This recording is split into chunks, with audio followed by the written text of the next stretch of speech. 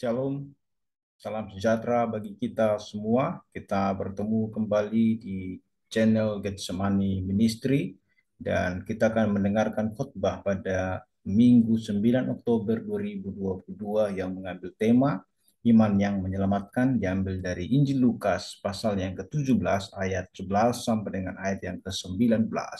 Sebelum kita mendengarkan firman Tuhan, marilah kita berdoa. Ya Yesus Kristus, Tuhan kami bersyukur atas berkat-Mu bagi kami sepanjang hidup kami. Kami rindu untuk boleh mendengarkan firman-Mu. Mari bukalah mata rohani kami, supaya kami mengerti firman-Mu. Dalam nama-Mu kami berdoa. Amin. Bapak, Ibu, Saudaraku yang terkasih dalam nama Tuhan Yesus Kristus. Kita akan membaca Lukas pasal yang ke-17 ayat 11 sampai dengan ayatnya yang ke-19.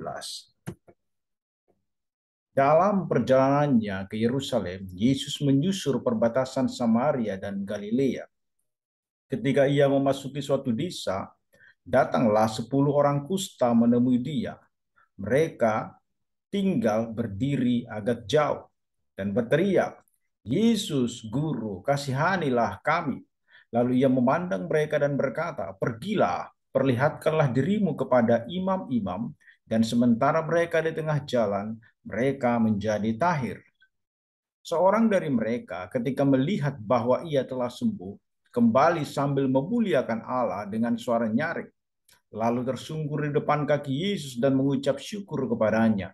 Orang itu adalah seorang Samaria. Lalu Yesus berkata, "Bukankah ke-10 orang tadi semuanya telah menjadi tahir? Di manakah yang ke-9 orang itu? Tidak adakah di antara mereka yang kembali untuk memuliakan Allah selain daripada orang asing ini?"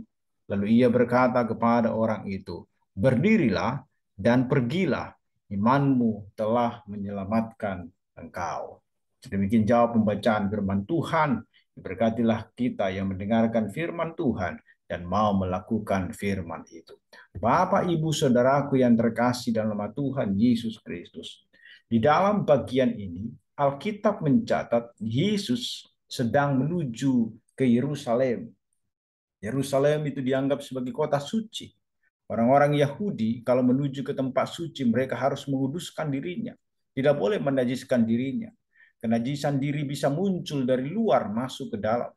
Dalam perjanjian lama kalau ada orang yang sakit kusta atau kena lepra, lalu sakit kusta itu menyebar ke pakaian atau barang yang dia pakai, maka barang itu menjadi najis. Barang itu mesti dicuci.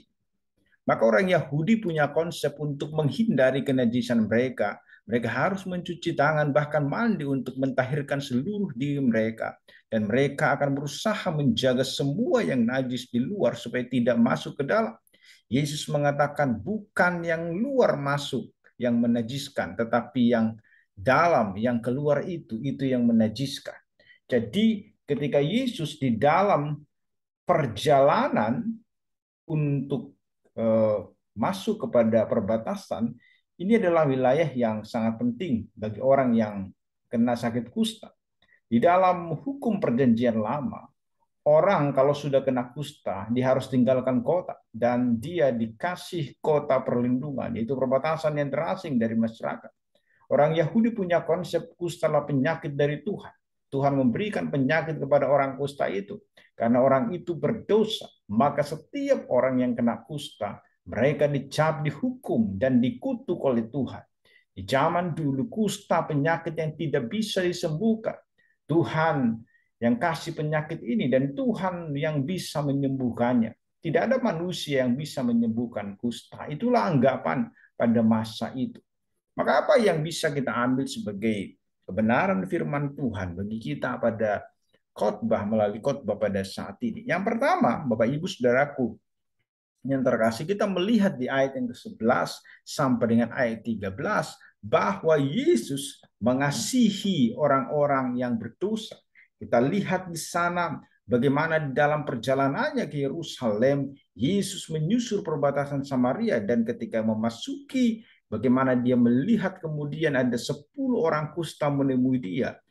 Orang kusta yang najis itu Yesus tidak tinggalkan, tetapi Yesus membiarkan mereka datang. Ketika mendengar bahwa Yesus berada di satu desa, orang-orang kusta itu datang, berdiri dari jauh dan berteriak, "Yesus Guru, kasihanilah kami." Kita melihat di sini, Bapak Ibu Saudaraku yang terkasih, bahwa kejatuhan manusia juga kepada dosa itu membuat manusia tidak lagi sempurna, bahkan penuh dengan kelemahan, termasuk penyakit dan kelemahan fisik. Penyakit yang kadang dianggap sebagai kutukan kemudian menjelajah tubuh manusia dan sering membuat manusia itu menderita dan putus asa. Salah satu penyakit yang dianggap kutukan itu adalah kusta, seperti yang saya sudah jelaskan itu tadi. Jadi penyakit yang menggerogoti tubuh manusia dengan membusuk dan sangat menular. Di era itu perkembangan metode pengobatan belum sebaik pada masa kini. Dan apabila kena penyakit ini, maka mereka harus dikucilkan dari lingkungan dan hanya boleh dianggap sembuh dan tahir dengan pengesahan imam untuk bisa kembali bergaul dengan penduduk lainnya. Dan kalau kita perhatikan, mengapa orang-orang itu berdiri jauh adalah karena mereka memang tadi dikucilkan oleh masyarakat. Mereka dianggap sama dengan sampah. Ketika mereka mengalami penyakit kulit tertentu berupa borok bahkan sampai menjadi kusta, maka mereka itu dianggap najis. Oleh karena itu mereka harus berpakaian compang-camping dengan rambut tidak terurus. Mereka juga harus berteriak, "Najis, najis, najis, saya orang kusta," supaya orang sehat segera menjauhkan diri daripadanya. Bagi orang pada zaman itu, orang lepra atau orang kena kusta mengalami siksaan Tuhan karena dosa. Tetapi kita perhatikan bagaimana sikap Yesus. Yesus mendengar dan memandang mereka. Mendengar dan memandang itu berarti Yesus mengasihi mereka apa adanya, simpati dengan mereka, dan ia mau menyembuhkan mereka. Yang menyuruh mereka memperlihatkan diri mereka kepada imam bahwa mereka sudah sembuh supaya mereka bisa bergabung kembali dalam komunitasnya. Jadi kita lihat di 11:13 bagaimana Yesus benar-benar mengasihi, memperhatikan orang-orang yang membutuhkan, secara khusus orang berdosa di sini. Yesus benar-benar memperhatikan mereka. Kita pun apabila kita hari ini di dalam sakit penyakit, di dalam keberdosaan, Yesus pun sungguh-sungguh mengasihi kita dan ia mau kita datang berteriak kepadanya, "Yesus, kasihanilah aku." Maka Yesus akan memberikan belas kasihannya kepada kita ketika kita datang dengan kesungguhan, dengan iman kita kepadanya. Yang kedua yang bisa kita pelajari dari sini adalah ada iman yang menyembuhkan. Tetapi iman yang menyembuhkan di sini adalah iman yang menyembuhkan secara jasmani. Dalam ayat 14 disebutkan Yesus memandang mereka lalu mengatakan sesuai dengan peraturan agama atau peraturan hukum Yahudi pada waktu itu, yaitu menyuruh mereka pergi kepada imam-imam untuk memperlihatkan bahwa mereka telah sembuh atau sehat kembali. Apa yang Yesus perintahkan sepintas kelihatannya gampang, namun sesungguhnya tidak. Terlebih dalam posisi seperti ke-10 orang kusta tersebut. Bukankah mereka dikucilkan karena penyakit mereka dianggap berbahaya, dan terlebih secara agamawi mereka dikelompokkan juga sebagai orang yang najis? Bagaimana mungkin dalam keadaan mereka yang najis dapat bertemu dengan imam yang dianggap suci? Namun ternyata iman mereka mengalahkan semuanya itu. Tanpa ragu dan tanpa bersungut-sungut mereka percaya dan melakukan sebagaimana apa yang diperintahkan oleh Yesus. Dan sungguh luar biasa terjadilah mujizat.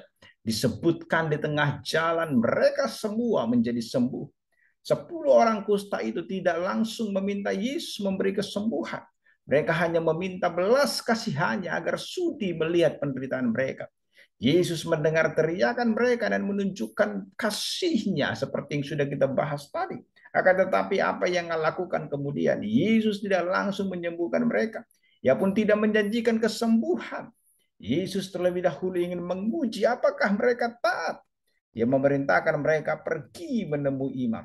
Dan ternyata para penderita kusta itu memiliki iman untuk menaati Yesus. Mereka menerima ujian, membuktikan ketaatannya. Setelah itu, kesembuhan pun terjadi.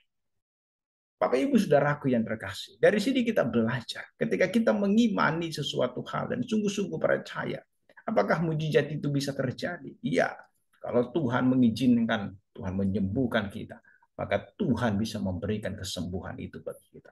Adakah mungkin hari ini kita yang sedang mengalami sakit penyakit, mari datang dengan iman kepada Yesus supaya Tuhan menyembuhkannya. Bukan berarti kita tidak perlu ke dokter, kita tidak perlu berobat, tetapi kita bisa beriman kepada Tuhan dan iman kita bisa menyembuhkan kita. Kepercayaan kita kepada Yesus bisa menyembuhkan kita. Tidak sebuah penyakit memang disembuhkan. Ada maksud Tuhan di dalam berbagai macam penyakit yang diderita orang. Tetapi ada kalanya ketika memang kita dengan yakin dan percaya bahwa Tuhan memberikan kesembuhan. Kesembuhan itu bisa saja, bisa juga tidak sembuh. Tetapi yang memberikan kesembuhan itu adalah Tuhan Yesus sendiri.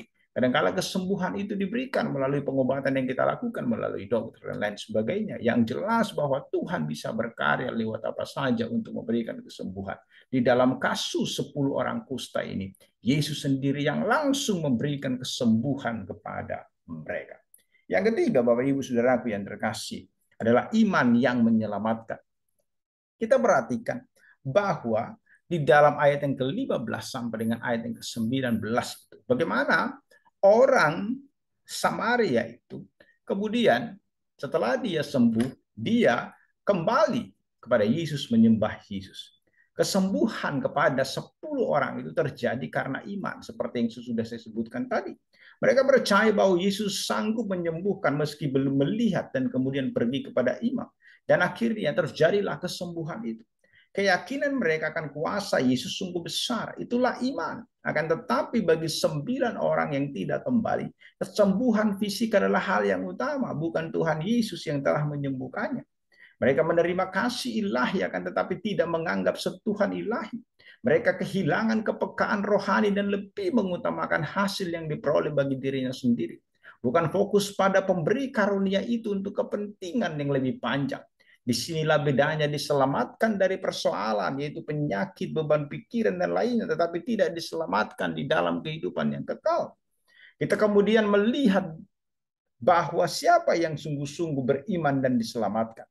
Iman itu adalah dasar dari segala sesuatu yang kita harapkan dan bukti dari segala sesuatu yang tidak kita lihat. Dalam Ibrani 11 ayat 1. Yakni menyangkut keyakinan akan hal-hal yang belum terjadi, yang belum terlihat.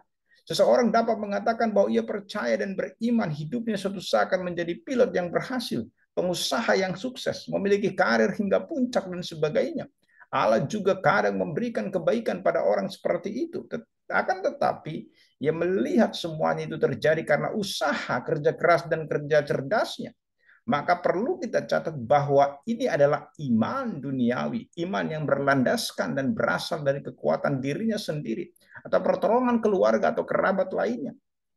Berbeda dengan iman yang berasal dari Allah dan berdasarkan kepada Allah, ya bisa mempercayai sesuatu yang belum terjadi dan kelihatan. Dan itu akan terjadi dalam hidupnya. Akan tetapi ia mengandalkan Tuhan yang bekerja dalam hidupnya untuk kemudian mewujudkannya. Ya hanyalah sebagai alat dan Allah yang bekerja dan dirinya untuk membuat demikian. Ya akan bersyukur apabila hal itu terjadi dan tetap bersyukur apabila itu juga tidak terjadi. Sebab baginya Allah selalu memberikan yang terbaik. Kesembuhan atau keberhasilan bukan yang terutama.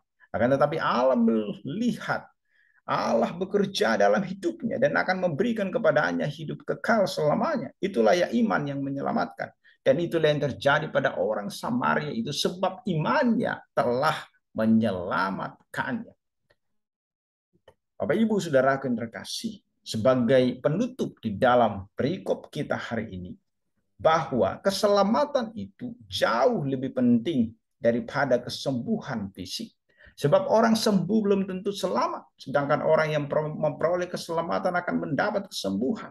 Itulah kesembuhan yang holistik, karena keselamatan jauh lebih penting daripada apapun. Di dalam kekristenan, keselamatan itu jauh lebih penting dari hal apapun, sebab keselamatan bagi orang beriman itu adalah kemenangan. Dari kemenangan, dan kemenangan kita adalah lebih dari pemenang. Itulah hidup berkemenangan, baik di dunia maupun dalam kekekalan bersama Bapa di sorga. Jadi kita memiliki kemenangan yang tiada berakhir dan tiada berujung. Jadi kesembuhan yang diperoleh orang Samaria itu bukan hanya kesembuhan tubuh lahiriah saja, tapi terutama keselamatan tubuh dan jiwanya. Itulah yang membedakan iman dari 9 orang itu dengan satu orang yang tahu diri, itu orang Samaria itu. Bapak Ibu Saudaraku, kisah ini adalah pesan firman bagi kita agar memiliki iman yang teguh dan mengutamakan keselamatan. Bukan sekedar mencari keinginan dan kepentingan jasmani atau lahiriah, tetapi yang sangat penting adalah bagaimana jiwa kita diselamatkan.